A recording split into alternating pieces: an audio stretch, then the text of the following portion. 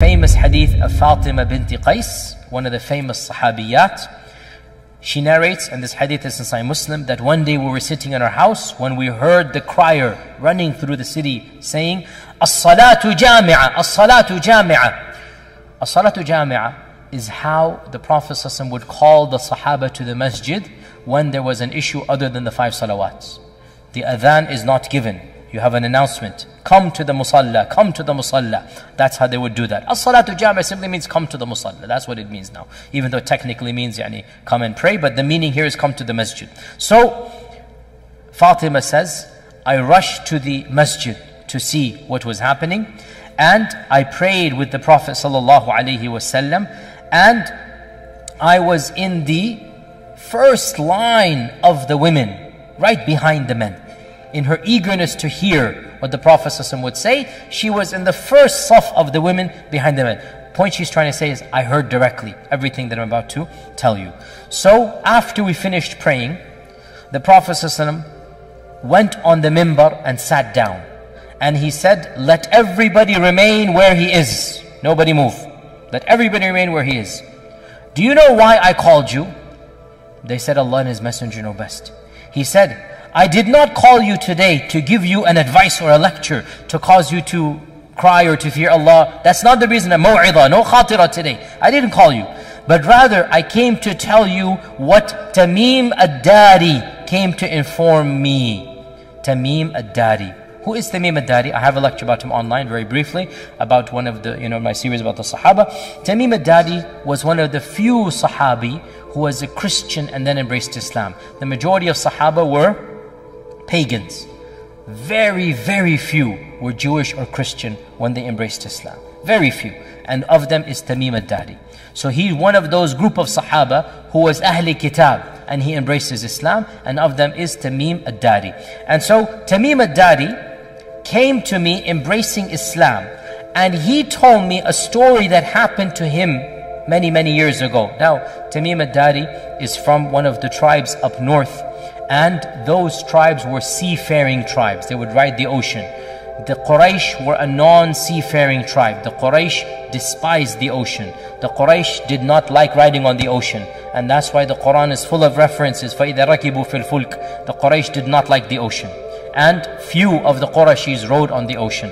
And that's why when our Prophet ﷺ saw a dream where some of his own Sahaba were riding the oceans, conquering other lands, he laughed and he said, I saw my own ummah shall be riding on the waves like kings, riding horses and steeds, galloping, and they shall be conquering, oceans. And so Temim Dari, he came to embrace Islam. And he came in the 9th year of the Hijrah, and he came to in those days they sent the delegations to embrace Islam. And when he came, he told the Prophet ﷺ about something that happened to him many, many, many years ago.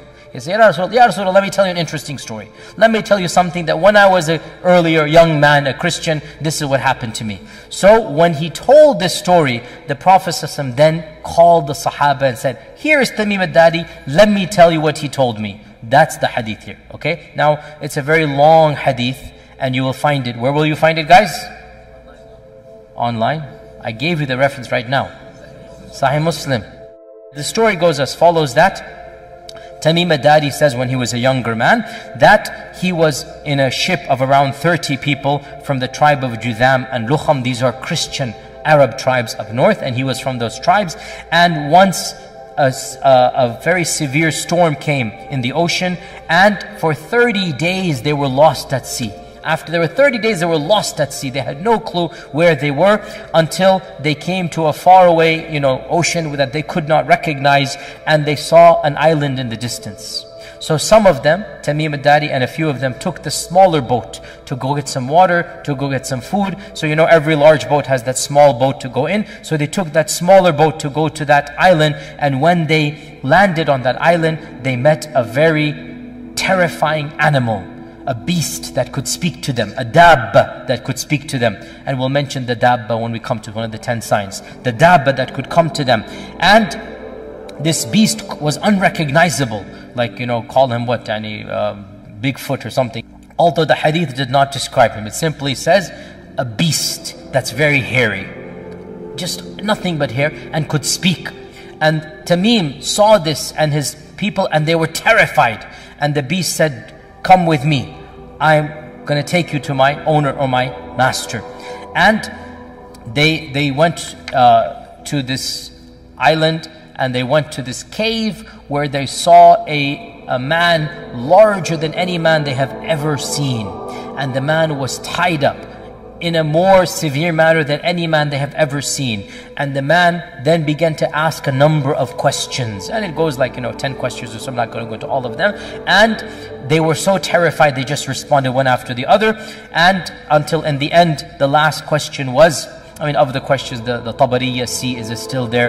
This well, is it giving water? This land, is it still cultivated? And they answered yes, yes, yes. And always the answer was, a time will come when there shall be no water in that lake. A time will come when this well will be dry. A time will come when this land that you consider to be very beautiful and green will be completely barren. So he's giving predictions in the future. Then he says that, has the Ummi Prophet been sent amongst the Arabs?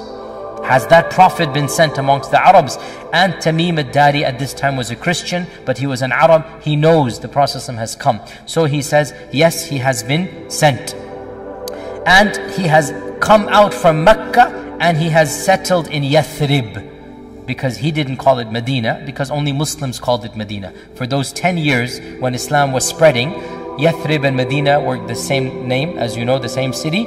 And the Muslims called it Medina, and the Munafiqun and the pagans called it the old name, Yathrib. And that is why we are not allowed as Muslims to call it Yathrib unless we describe it, that this is the pre-Islamic name. In any case, so, because the Prophet said they call it Yathrib and it is Medina. They call it Yathrib, so we do not call it Yathrib as a name. In any case, so Temim Dari said he has settled in Medina. The Dajjal says, did the Arabs fight him? They say yes. So he says, who won? They say, sometimes he wins and sometimes the Arabs wins, meaning the Uhud. Uhud, they say, was a loss, even though Uhud was not a loss. From our perspective, Uhud was a stalemate. It was not a loss, but the Quraysh interpreted it as a loss.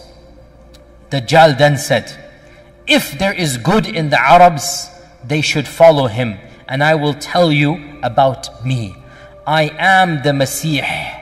And it is only a matter of time before I am let loose. And when I am let loose, I shall visit every single city on earth in 40 days, except for Mecca and Medina, for they are made haram for me. Every time I come to them, the angels will stop me. Then the Prophet ﷺ stopped his lecture, and he began poking on the mimbar, like this, to emphasize. And he said, this is Tiba, this is Tiba, this is Tiba. Did I not tell you about the Dajjal? And they said, yes, you did. Now this hadith ends over here. Now, this hadith is the famous hadith of Temim Dari, narrated by one ashabiyya, Fatima Bint Kajs. And it is in Sahih Muslim, and its chain appears to be authentic. So, we put this hadith in a footnote, and we have a question mark, and we leave it at that. Allah knows best. I don't know. But mainstream interpretation, Imam An-Nawawi, Ibn Kathir, these scholars, they considered this to be authentic because this is Sahih Muslim. Then the issue comes, how do you reconcile this with the other ahadith about the coming of Dajjal, shall be born at a later time, his parents shall be childless, etc., etc. And you have one of two opinions. The first of them is that time and space mean nothing to Allah. And so, Temim Dari got lost in, let me speak in the language of Star Trek, and I'm a big fan of Star Trek when I was a child. They got lost in a different time warp. And so they traveled to a different time and place, and Allah is ala kulli shayin qadir. And they saw an image of Dajjal projected from the future back to their time frame. And Allah ala kulli shayin qadir. Okay, fair enough. And the other interpretation is that Dajjal is in fact alive and healthy, and that he was born and all of this happened in the past, and then he is being chained and kept as the hadith of Temim says, and he shall be released in the future. Now the issue comes, the only hadith that mentions alive and healthy and chains is this one hadith of Temim Dari. That's it. Every other hadith gives a different narrative. So you have two different narratives. Can we reconcile the two? Most scholars try to do that, but it's a very difficult fit. And that's why Shaykh Rashid Rida and Ibn Uthaymin and others, they basically said, look, this one, you know, you have a big beautiful puzzle, right?